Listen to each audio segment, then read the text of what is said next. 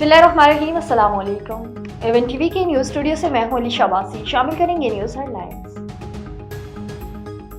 Crack में खौफनाक traffic हादसा, 12 अफराद जाँ बहक। तेज रफ्तार ट्रेलर बेकाबू होकर मुसाफिर कोच के ऊपर जा गिरा। ट्रेलर की ट्रक से दीगर मुताबिक गाड़ियों को भी नुकसान पहुंचा। हादसे में 25 अफराद जख्मी। अस्पताल में रेड अलर्ट जारी कर दिया गया। खवातीन को हुकूक मिलने तक कोई मुआशरा हकीकी तरक्की नहीं कर सकता। वज़ीर आज़म शहबाज शरीफ का खिताब, बोले गरीब ममालिक में लड़कियों की तालीम मुमकिन बनाना होगी। मुस्लिम दुनिया को तालीमी चैलेंजेस से हर सूरत निमटना होगा। मुस्लिम दुनिया में लड़कियों को हुसूल इल्म में चैलेंजेस हैं। लड़कियों को फनी तालीम के हुनर से मालामाल करना होगा।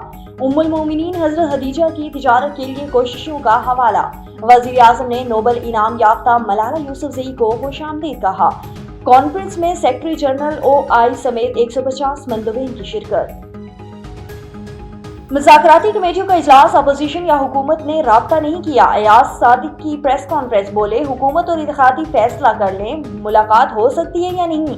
मुज़ाकराती कमेटी की बानी से मुलाकात कराना मेरी जिम्मेदारी नहीं है। फरीकेन जब कहेंगे इजलास बुलाने के लिए मैं तैयार हूँ।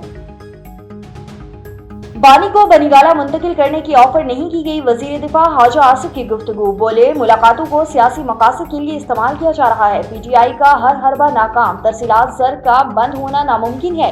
तरसीलात ज़र में पिछले साल की निस्बत इजाफा हो गया।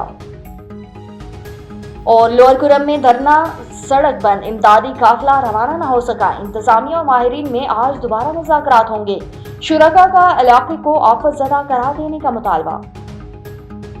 न्यूज़ स्टूडियो से फिलवक्त के लिए इतना ही। मजीद खबरों और अपडेट्स के लिए देखते रहिए A1 TV। A1 TV, सब पे नजर, अंदर की खबर।